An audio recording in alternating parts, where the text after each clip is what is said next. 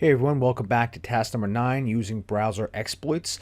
Another method of gaining control over a victim's computer could be through browser exploits. This is when there is a vulnerability against the browser itself, like Internet Explorer, Edge, Firefox, Chrome, Safari, etc., which allows the attacker to run remote commands on the victim's computer.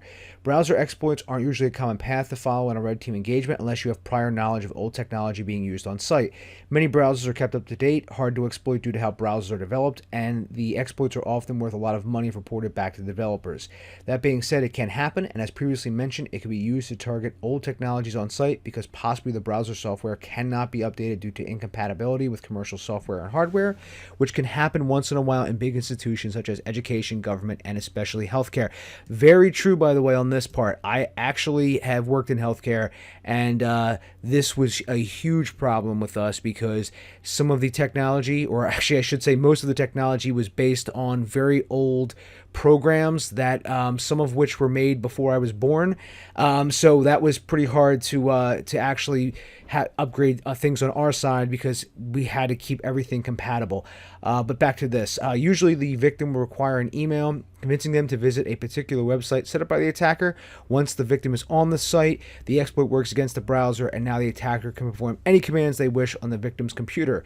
An example of this is the CVE 2021-40444. CVE is common vulnerabilities and exploits, by the way, and from September 2021, which is a vulnerability found in Microsoft systems that allowed the execution of code just from visiting a website. So if we were to look at what this actual exploit is, we can see it here. It was a remote code execution vulnerability, and this is all of the information about it right here. Again, you can always visit that as well to get all the information about everything, and obviously this has been patched out. So, answer these questions. What recent CVE caused remote code execution? So I'm guessing it's CVE-2021-40444. And just for the heck of it, even though that was the correct answer, let's see what the hint is. So that's just what the hint is.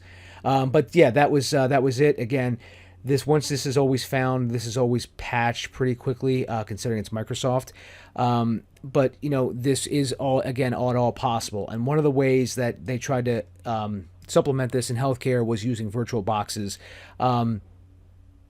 Again, because that way you could keep up with the old stuff, but again, that obviously didn't work for a bevy of reasons. But that was something that somebody dreamed up. But again, thank you for everyone for working with me through task number 9. Any questions, comments, please leave it below. And next, we'll be finishing up this entire room with task number 10, phishing practice.